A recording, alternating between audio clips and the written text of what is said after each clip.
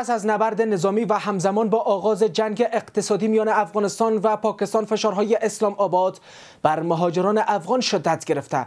نوارهای ویدیویی رسیده به تلویزیون یک نشان می‌دهد که پلیس پاکستان با نقض قوانین مهاجرتی وارد خانه‌های مهاجران شده و آنان را بازداشت می‌کند. در همین حال وزارت خارجه ایران اعلام کرده که سید عباس عراقچی در تماس تلفنی با هاکان فیدال، وزیر خارجه ترکیه، درباره تنش‌های رو به افزایش میان کابل و اسلام آباد گفتگو کرده و بر ضرورت حفظ صلح و ثبات منطقه‌ای و آمادگی تهران برای همکاری در این زمینه تاکید کرده. اما چرا پاکستان پس از ناکامی در درگیری‌های مرزی و آغاز جنگ اقتصادی فشار بر مهاجران افغان را افزایش داده و از آنان به عنوان اهرم و فشار استفاده می‌کند؟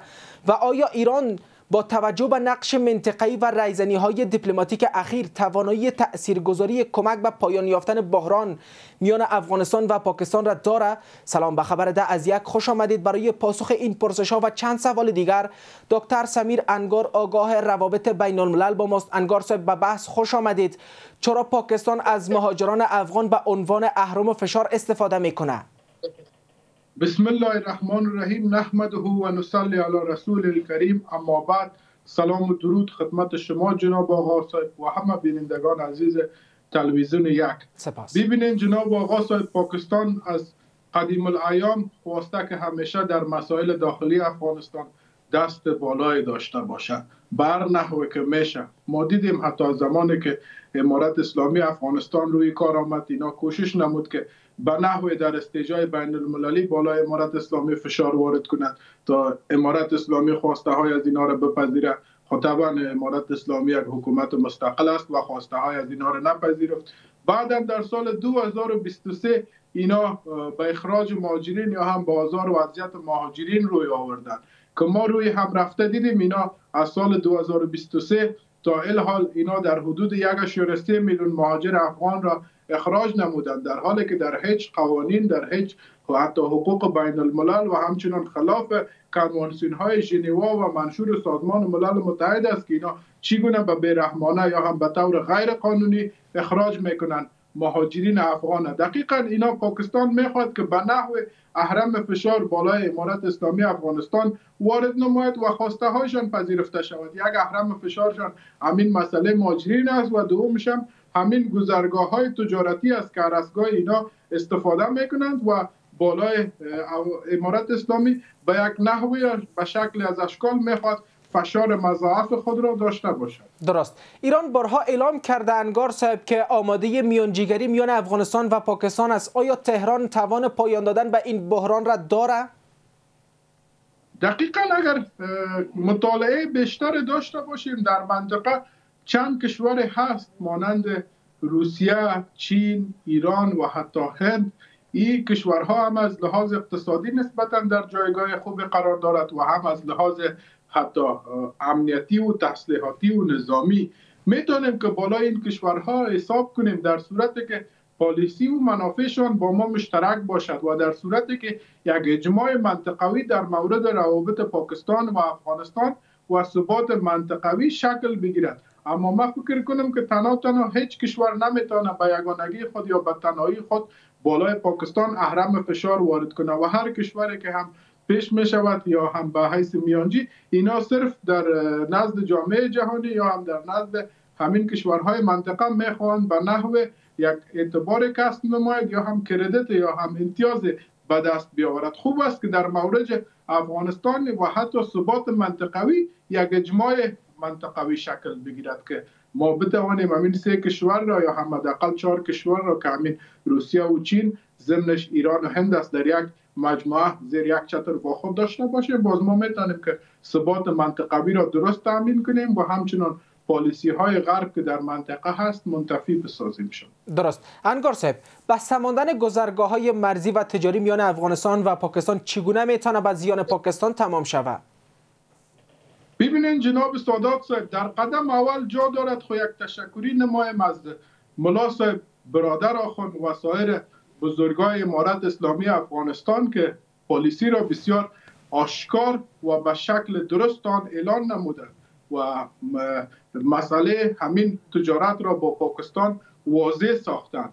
اگر دقیقا ما ببینیم در طول تاریخ از سال خصوصا از دهه 1970 تا این حال پاکستان همیشه اهرم فشارشان همین مسائل تجاری بوده. هر از گاهی که وقت یا سیزن همین میوه های افغانستان یا هم ترکاری و سایر صادرات افغانستان می شود، اینا بنادر را بسته می نمایند و به شکل از اشکال بالای تجارای افغانستان و بالای دولت افغانستان فشار وارد میکنند و حتی میلیاردها افغانی به تجار ما و شما اینا صدمه میرسانند. و اگر نقطه دیگر را ما ببینیم، افغانستان کشوری است محاط به خشکی و پاکستان توسط بندر کراچی یا سایر بنادر بحری که دارد بالای افغانستان اینا فشار می آورد، چون بعضی وقت صادرات ما از طریق همین بنادر کراچی به سایر کشورها می باشد. اگر ما یک موشگافی دقیق داشته باشیم، در جهان تقریبا 45 کشور است که لند لاکت کانتریز میگه، یا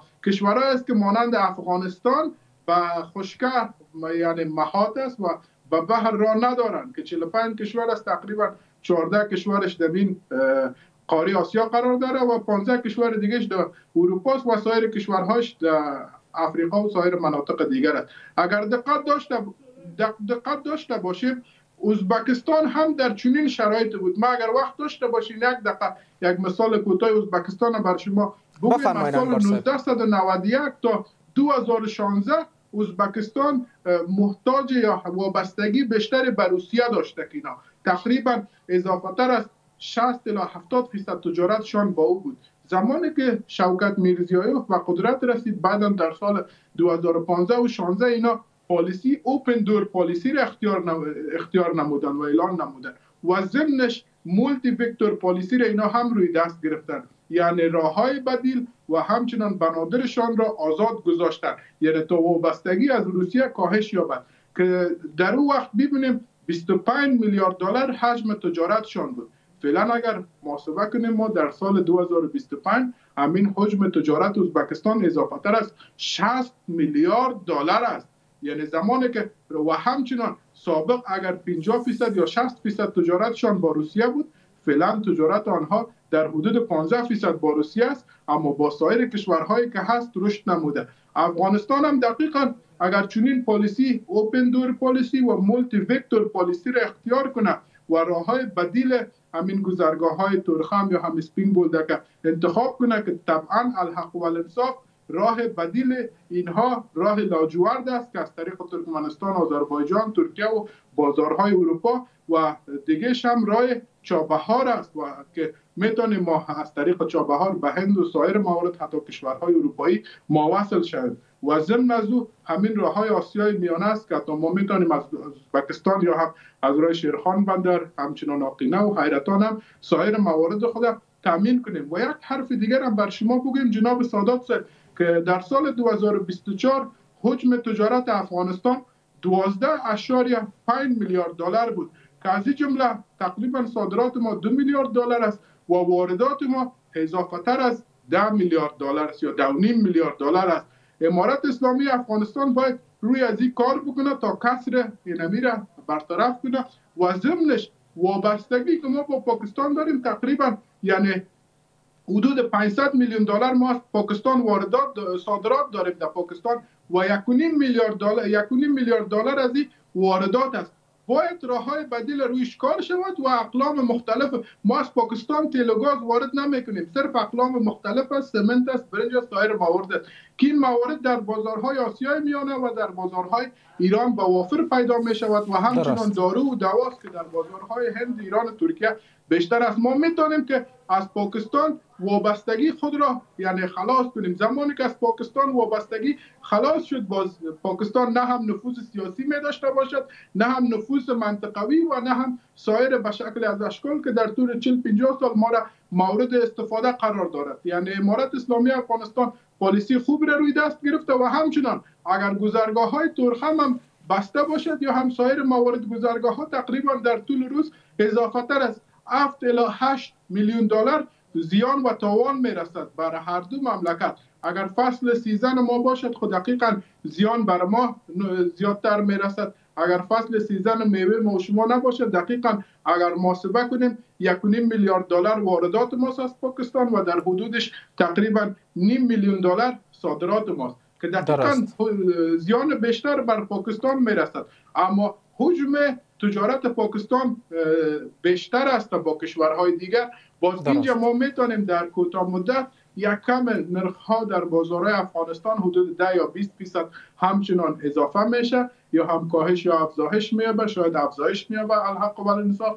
و دقیقاً ما میبینیم در کوتاه مدت حداقل ما نقص میکنیم. همین نقص باید بپذیریم، اما در دراز مدت باز به یک شکوفایی اقتصادی و خودکفایی اقتصادی میرسیم و ضمنش اوضاع سیاسی کشور هم خوب می شود. اما یک حرف را پاکستان بداند و سایر کشورهای منطقه هم بداند، اگر میخواد منطقه به ثبات برسد، اگر میخواد پاکستان آرام شود یا سایر کشورها، کلید ثبات منطقه، کلید امنیت منطقه در افغانستان است. اگر افغانستان دوباره ناامن شد، اگر افغانستان دوباره به شکلی از اشکال با مشکلات مواجه شد، شما شاهد باشین و این حرف مرا به یاد داشته باشین که یکی از این کشورهای منطقه هم آرام نخواهد ماند.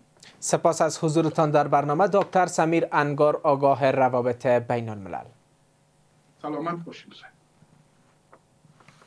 پایان خبرهای این ساعت از یک. بقیه وقت بر شما خوش. خدا نگهدار.